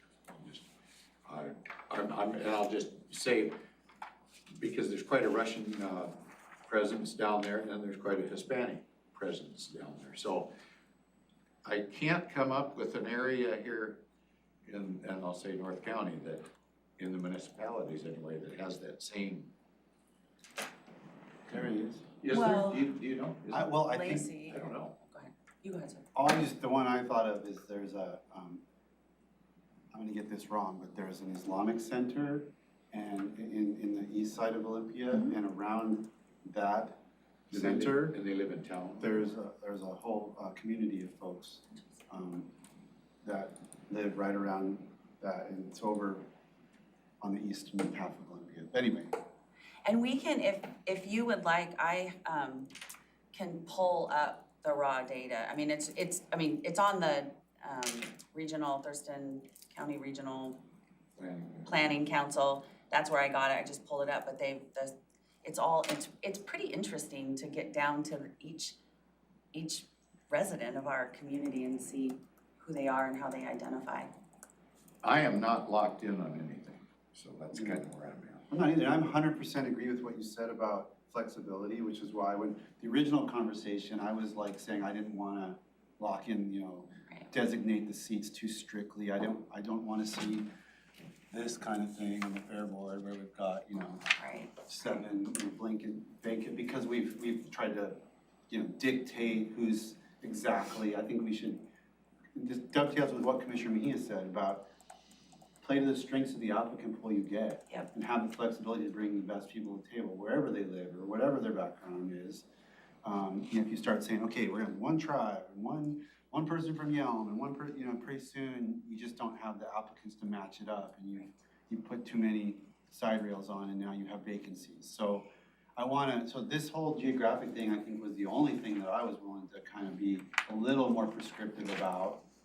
And 50%, might, as minimum, might work if you made it flexible enough to include basically anything outside the 3 major urban municipalities. So that could be Yelm, that could be Tenino, that could be urban growth area of Lacey, frankly, from my perspective. Because that way you still have the flexibility. You can go higher, you just can't go any lower than, you're giving yourself all of those different areas to fill that half of this council. Are we going to, or is there any thought about district positions, I guess? The 3 commissioner districts, 2 from each one and 1 at large or whatever. We had talked about that on the 23rd, and kind of, that wasn't one of the, one of the top recommendations of mine, simply because the districts are a little bit different in their diversity, and we run the same risk if in my opinion, if our membership roles are very prescriptive, we run the risk of having an open slot or somebody not submitting an application, and I really want us to not have any vacancies on this council when we stand it up. Are we going to go out and maybe Megan, through her social media contacts or something, and ask folks in the community if they're interested in doing something like this? And we might get a stack of, 50 applicants that say, boy, this is about time and we better do something like this. Or we might not get any interest at all. I don't know. I'm following the chair's lead on some of this stuff. I'm hoping for option A, sir. I'm hoping we get so many maybe so. applicants. Lots of outreach. I have developed a draft communication plan that it's pretty extensive in terms of outreach.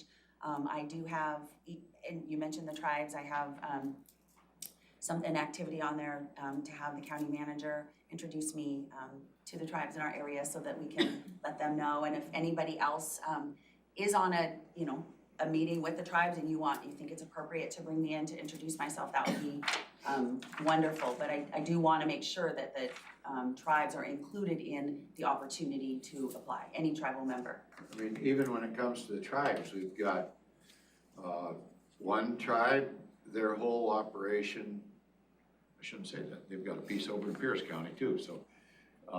And then we've got the Chehalis group, part of theirs is over in Grays Harbor. Yeah. And Squaxin, so we've got, and how are we gonna select, so if we start kind of drawing out criteria at this point, before we get some idea of those that are interested, maybe from what areas, I mean, because I don't think it'd be fair right off the bat to pick 3 tribal members to put on a 7-member commission, right up front. That would eliminate too many others, possibly.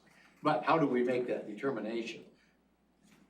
Well, yeah, we will, but I'd like to see who's kind of paying attention once Megan gets something out, because I think it'd take you a year to go out and contact all of these diverse communities and really make contacts with them. I don't know how you're gonna do it. You'll figure that all out, but if we put some ads in the paper, or we put something on Facebook, or however you young people communicate the best. Am I giving myself away, Art? I thought you were talking about me as being a young person. I was talking about you as a young person. Matter of fact, I was talking about everybody in this room about being a young person. We oftentimes kid about we have a diverse board on age. And we have a diverse board in terms of diversity of thought, which is really important. Like there's lots of diversity. And since you've hired me, I have been doing a lot of work when I'm not here doing all this stuff, building relationships with our community, solidifying relationships that I had before in the work that I've been doing, talking about this council, and I talk a lot, you all probably know that. So I believe really strongly with the communication plan that Megan and Brian have both looked at, that I drafted, and then just all the community work that we all do.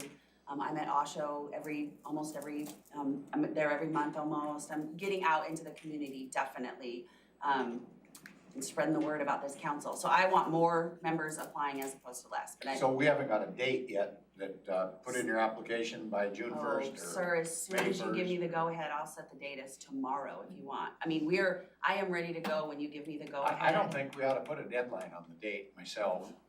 I think we ought to leave it open for people that just hear about it, so that they feel welcome, I guess, to make an application and won't feel that, I missed the deadline, doggone it, I didn't get it in by May 1st. So. Well, with the council gonna grow, it would make sense anyway. We always have our, Yeah, it makes complete sense. Well, I'd like to just do this. I mean, we can always change it, right? I mean, get That's up this to you. moving. You're the boss. I mean, we could sit around here and, there's no answer here, and we could sit around and just kind of ruminate on it for 2 or 3 more months and really not come to any more well-reasoned opinion than we could come up with right now. So I say the commissioners pull the trigger on something, whatever it is. I'm flexible. Get her done, right? Get her done, and then we can always say, hey, we've got 7 people from Yelm or whatever. Let's change the rules a little bit. That's easy to do. Let's do it. In my draft plan, I have this council standing by July, so. Okay. I might have to tweak that a little bit. Commissioner Mejia, what do you think? I am in agreement. So which option are commissioners leaning towards? Is it option 1? Is it, I guess, give me a condensed option 1, 2, 3. Having a percentage or a dedicated number of slots was option 1. Doing the weighted rubric on the scoring was option 2. And then having only people from unincorporated or the smaller areas as members. And then we shied away from being prescriptive about the percentage. The conversation sort of wove around, and then it sounds like we landed on keeping it as open as possible with ensuring that we're focusing our outreach on the smaller communities and South County and unincorporated urban growth area. Is what I thought I heard Commissioner Menser say something about 50% from town or from, but I don't. I said a minimum, my proposal is a minimum of 50% from the outside the 3 urban jurisdictions. Yep. That's it. No other side rails you can choose. We can make all 7. That's where the applicants come from. All 7 can be from outside of the urban jurisdictions, but we can't go below 50%. Okay. Yeah. Okay.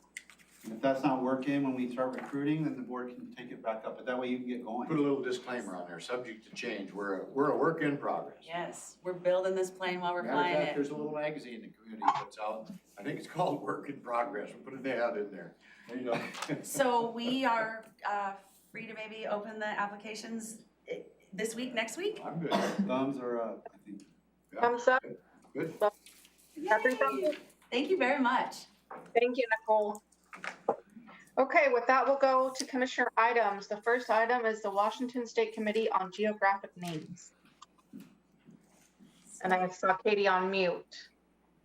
Hello, sorry, I was just getting my video taken care of there. So we received Katie Johnson, Commissioner's Office, Executive Assistant to the County Manager. We received from Caleb Mackey, the Washington Committee on Geographic Names, a proposal for from a local historian to correct the spelling of a geographical feature located in Thurston County. The feature is a hill 1 mile north of Tenino. It was originally named in honor of Charles Chain, a pioneer farmer who purchased 80 acres on the hill in 1884. Mr. Chain passed away in 1910, and since 1912, the area has been known as Chain Hill. The proposal in front of the committee is for a correction in spelling from the current spelling of Chain, C-H-A-I-N, to correct the spelling to Mr. Charles Chain's last name, C-H-A-E-N-N. The hill is known by various different spellings, but the hope is to solidify the spelling for a correct form to maintain the historical accuracy in the future. In your packet, you'll probably see quite a bit of history involved in it. It's pretty interesting to read through. What the committee is asking of the board is if they would like to provide public comment. The committee provided a fillable comment form for the board, or the board can write a letter, and it's just an ask that they either in favor, oppose, or have no objections. Public comment would be due by April 22nd, and I believe the hearing on this is April 26th. Thank you, Katie. Questions, Commissioner Edwards? Yes, so this came about from a citizen inquiry from the area, or a relative maybe of Mr. Chain's, or who brought this up as a move to, it looks to me it's just a spelling issue more than anything else, isn't it? Yeah, it's a local historian brought this forth to the committee. They have done a lot of research, as you'll see kind of in your packet. There's a lot of different, spellings of Chain Hill, a lot of history involved with the area and Mr. Chain as well. So they brought it forth and just wanted to make sure that there was a factual name in spelling provided. So, Katie, it seems like the application was submitted by the Tenino City historian. Is that correct, or is it just the citizen, or was it like from the city of Tenino? Because I'm seeing the application right now, and it says application submitted by Richard A. Edwards, Tenino City historian. Yeah, it's a citizen within the city of Tenino, I believe. Okay. Commissioner Menser, questions?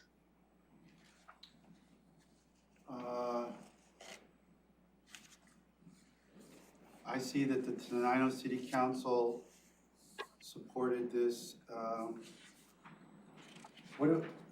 didn't quite get, so what does the Board of County Commissioners have to do? You said we just have to, we agree, or we're neutral, or we have to submit a letter? Is that? The ask is if the board wants to have a position on it and submit. We don't have to. public. You don't have to. No. And it could still happen, but they're just They're saying still that- gonna have a public hearing on the 26th, but there was outreach to the county Do we want to weigh in? commissioners asking if you want to. Okay. Well, seems fine to me. Like to get things accurate. Yeah, it seems like a spelling correction more than anything. I would be in agreement of writing a letter from the board in support. But I think it'd be great, I mean, if what's the name of our committee? Our history committee? Washington State Committee on Geographic Names. No, but We have our own historic. historic, we have a historic committee. yeah, if our historic committee could also weigh in on it and maybe have a letter from them as well. There you go. And they may have already. I can check with staff and see if they have done so. So commissioners, how do you feel? I wish everything was this easy. No, I think the chair made a perfect suggestion there. And that So would be a 3 thumbs up? Good thing to do. Turn it over to the Historic Commission. And I see no objection whatsoever about doing this. I mean, it's just a spelling issue. No. But why not ask them to give a little input and have them participate a little bit? I can't help but think they'll probably agree, but maybe somebody will have a real axe to grind about it. I don't know. Okay, Katie. Thank you. So what I'm hearing is that the board would like to have our historic commission go ahead and weigh in as well as provide in support of. Yeah, and you can tell them you don't think there's any resistance on the board that you're aware of, it looks like to me. So. Okay. Great. Thank you. Thank you. Okay, next is public testimony.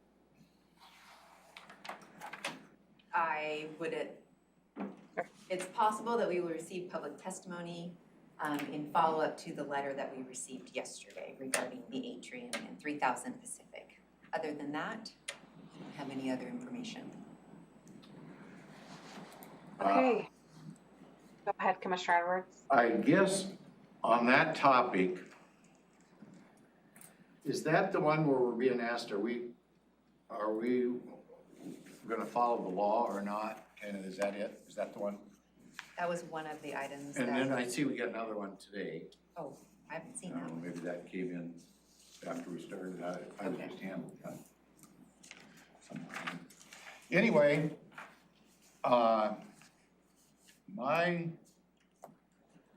a poor one to advocate, I guess, one way or the other. And the reason I say that, I voted against going down there, so I'm already biased about that particular situation, I guess. I can accept the democratic process overruling a minority vote. That's not a big issue. But it does bother me if there is specific legislation, and I don't know if I have that in front of me, that is being alleged that the county courthouse had to be, I think there was 2 issues. The county courthouse had to be at the city of Olympia, I think was an earlier discussion and somehow that was decided that at meant anywhere in Olympia, basically. So The new allegation is that a county courthouse, and the intent of the law is that a central location, easy for the citizens to access and be aware of. I think there was 2 A's in there that caught my attention that Mr. Pettit had brought up.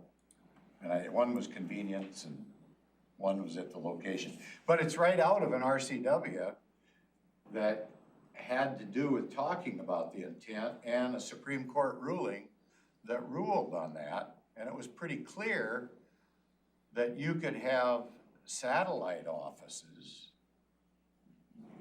basically, I guess, anywhere you want them, but you have to maintain the office at the county seat. And then it comes into that question, what is the county seat? Are we trying to figure out a way through some technicality to weasel around the law the way it is? My whole thing is, I want to follow the law. And if there was no question about it, then I guess I would accept my defeat, if you will, on the vote, should we or should we not go down to the 3,000 building, because that was just a democratic process. But if there's actually law in the books that says you can, you can't, the law requires this, RCW says this and that, I would like to be assured that what we're doing is legal. Because even though there's a law that says the voters have to vote on the change of a location, that there's some reference to that in here. That could have been put in place in 1898. I don't know that, but it could have been put in place then. And since then, there's been 3 court cases that said, no, that's null and void. We've overruled that. There's new case law, for an example. Well, but I'm not aware that there are any court cases that can nullify that particular RCW that says the voters get to vote on it, or must vote. I think must vote on it is the way I interpret what's in the correspondence that we've gotten. So therein is my concern. I've kind of said all along on a lot of different topics, all I want to do is follow the law. And if we follow the law, I don't think we get in trouble. If we try to figure out a way around the law and consequently don't follow the law, then we end up in trouble. And you know, what does trouble mean? I don't know. You have so many days to appeal. The judge says at a later date, no, you can't move down there because it's in violation of this particular section. Or maybe the Attorney General weighs in and says, oh no, this was ruled on such and such, and this is still valid. I don't want to get caught in the middle and be halfway down there and find out, hey, we can't do this. We've already got a bunch of money committed at that point.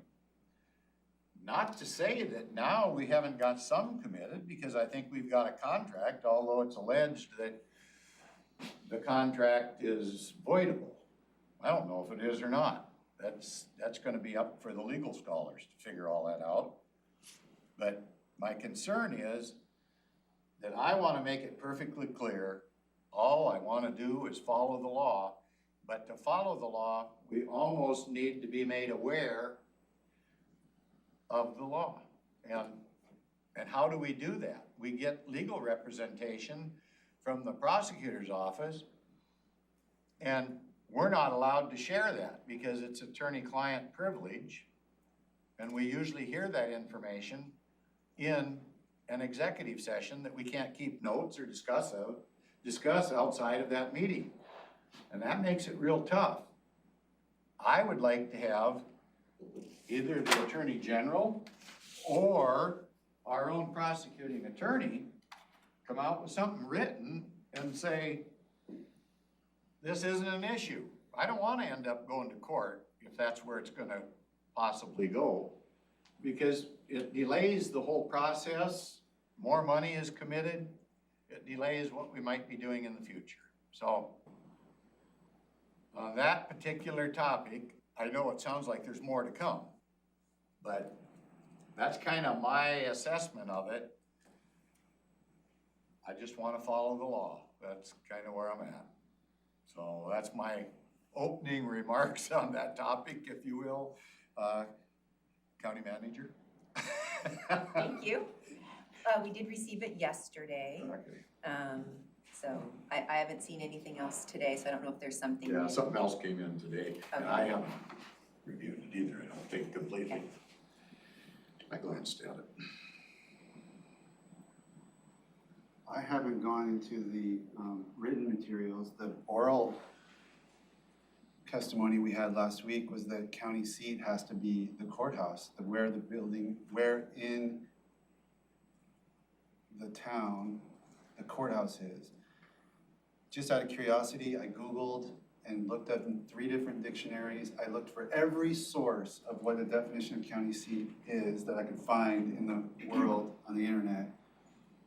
And every single definition was the same. A town that is the governmental center of a county. A town that is the seat of county administration, et cetera, et cetera. So I don't understand the contention that county seat means a building or a particular block. It's clearly Olympia as the county seat, not Tenino, not Yonge, not Lacey, Olympia. You know, I haven't gone down the rabbit holes of the court cases and whatnot, but I can say Elizabeth went through this. This is not the first attempt of Mr. Pettit to try to stop us from moving to the atrium, nor was it the first. There were dozens of attempts to try to stop us from asking the voters for the new courthouse thing. There's been, I don't know if a dozen, but a lot of different arguments made about this atrium issue. And I think this is just a variant on something that Elizabeth's already reviewed in detail. And, you know, she can tell us again if there's any questions. That's absolutely Commissioner's right to ask for clarification and security. But we had a variant of this argument some months ago, and back when we were considering the letter of intent on the lease, and I think those questions were laid to rest at that point, but I'm happy to hear from council yet again.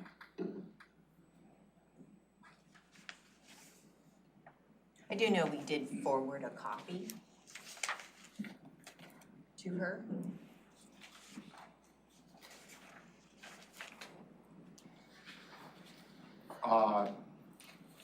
I guess to follow up on that, I do think a county seat is the real thing that's in doubt, I guess, if you want to call it that. And I believe that because of that vagueness, I think Elizabeth did say we're okay in that regard. But in the information that's been recently submitted, it's the county courthouse. What is the county courthouse? And the county courthouse is at the seat of county government. And there are certain requirements of those offices that must be maintained at the county courthouse. And those are the elected offices of county government. And so this has been promoted as to be remodeled as a law and justice center, not a courthouse. So I don't know how that fits. And then the move of the county offices over to this other building puts the county's businesses in 2 different locations, I guess.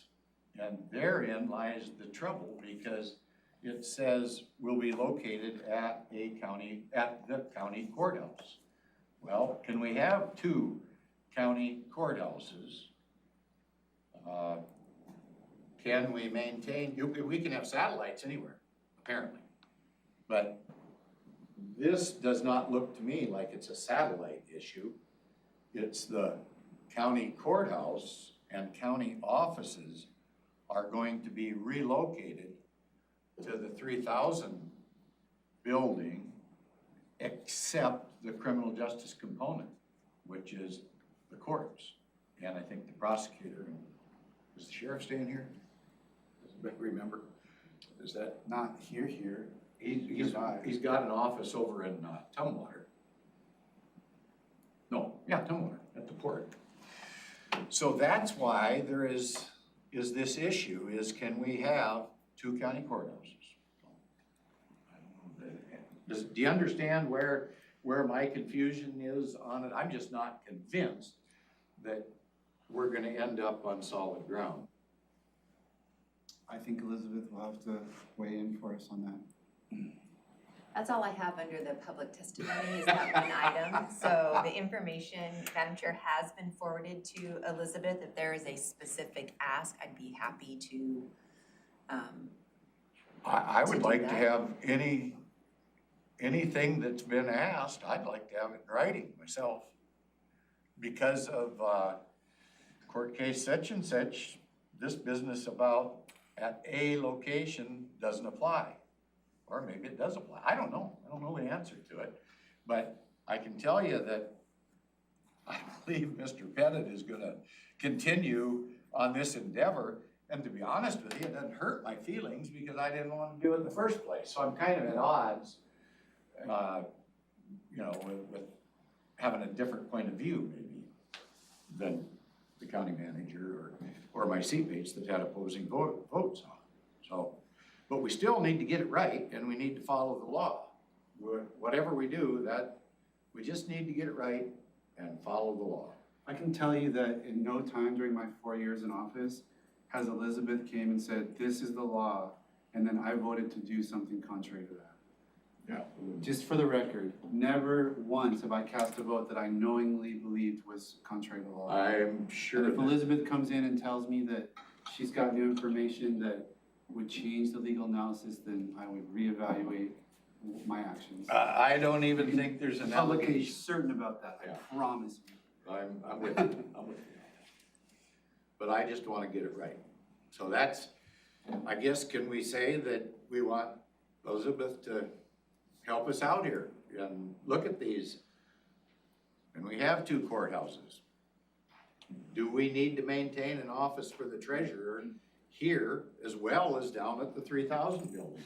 So when somebody comes to the courthouse, they have an option. They can either pay their taxes here or over there. I don't know. It says at the courthouse. Where is the courthouse if we move? And temporary, I mean, is temporary 7 years?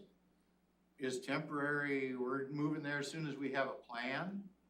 We're going to the voters, we're going out for a bond issue. We're going to bond some funding out of REIT to do this. There's not a completed plan, it's all maybe. It's all up in the air, except I think we are designated to be moved over to the 3000 building. Madam near Chair, future. I make a motion to close discussion on this item. There's been a motion made. Is there a second on that? No, I haven't had a good enough answer if we're gonna move forward to get Elizabeth to come back and give us the assurance that we need. That's kind of what I'm I'm asking. thumbs up on that. Okay, I'm thumbs up on that too. So, Okay. we're good to go, and I guess Withdraw my motion. I think we're over on that topic. Okay, so, So I have a What's to-do that? item for the county manager. Yes. yes, thank you. Okay, with that, we'll move on to other commissioner items. Is there any commissioner items? None for me, ma'am. Oh, we'll let the new county manager off the hook here. I don't want to bring up any more hot potatoes. That's fine, I'm taking notes for the, Okay, No with more that, curveballs or hot potatoes in this juggling act that the county manager routinely handles. with that, we are adjourned. Thank you. Thank Thank you. you. thank you.